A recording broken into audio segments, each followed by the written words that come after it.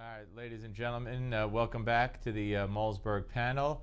Rejoining us now is a columnist at Breitbart.com, an American thinker, C. Edmund Wright, and columnist and contributing editor for TheRoot.com, David Swerdlick. And guys, I want to talk to you about what's going on in Maine.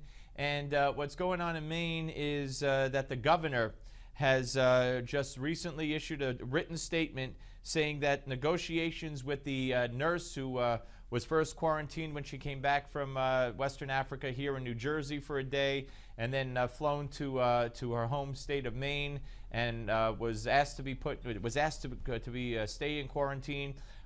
She went bike riding this morning for the cameras with her boyfriend in your face. If the governor makes me stay in my home, I'm going to take him to court. If he goes to court, I'll go to court. And so after negotiating with her, he says the negotiations failed despite repeated efforts to make it work, and he's going to use his full extent of his authority to make sure she's quarantined. Doesn't that make sense, David? I mean, you know, how on earth did the NBC cameraman get Ebola? What bodily fluids did he exchange with people who had Ebola? Yeah, Steve, you know, look, I don't claim to be an expert on the medical particulars. I don't think it's unreasonable for health workers coming back from West African countries where the outbreak is currently going on to be quarantined for a certain amount of time. I don't know exactly what scientifically is the best way to do that. At the same time, so I understand the position of some of these state governors. At the same time, you know, I'm surprised that conservatives have come down so hard on this whole quarantine thing. I mean, this woman is basically making a libertarian stand, right? She's saying, look, you know, government, get your hands off me. I'm a medical health professional, and I am in a position to judge whether I need to be quarantined. Whether or not that's the case, again, I'm not saying I know for sure, but I find it interesting that this has broken this way in terms of party politics. It doesn't make sense. Well, I don't think it has anything to do. I think libertarians and conservatives and liberals, as we've seen by the governors who have taken this stance all the way from California and New York, they have kids and they have citizens that they have to protect.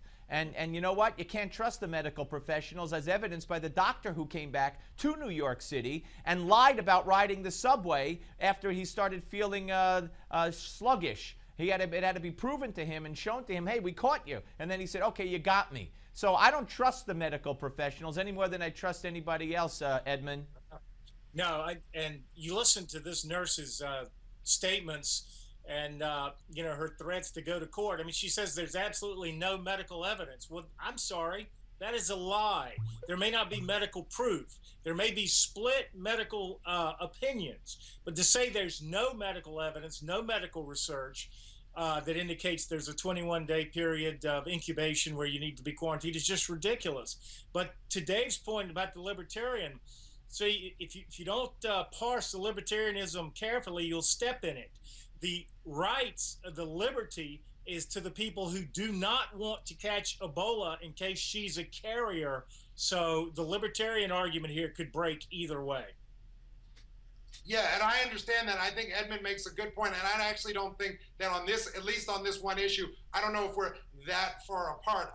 I'm simply suggesting that the way I've observed this playing out is that a lot of liberals are on one side of this issue, and also on the issue of whether air travel should be cut off, and a lot of conservatives are on another side of the issue. And I'm not saying who's right and wrong scientifically. It just surprises me like that this one issue that we should be able to just sort of, you know, everybody work together on and figure out what the best solution is. I'm surprised. I'll tell you what it is, David. I'll tell you what it is. It's led by Obama, who puts more value on the people of Africa than he does the people of America.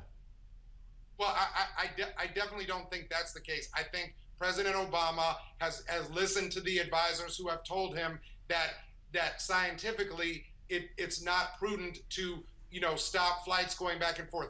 I'm not saying that the scientists are right. I don't know. I'm saying that the president is going based on his advisors. I think it's a bridge too far, as conservatives do in so many cases. I'm not saying you, Steve, to try and say Obama's always doing something that's 180 degrees away from the interests of Americans. That's not the case. Well, you know. All right, got to go, guys. Edmund, we're out of time. Guys, thank you both very much. We'll be back with more. Don't go away.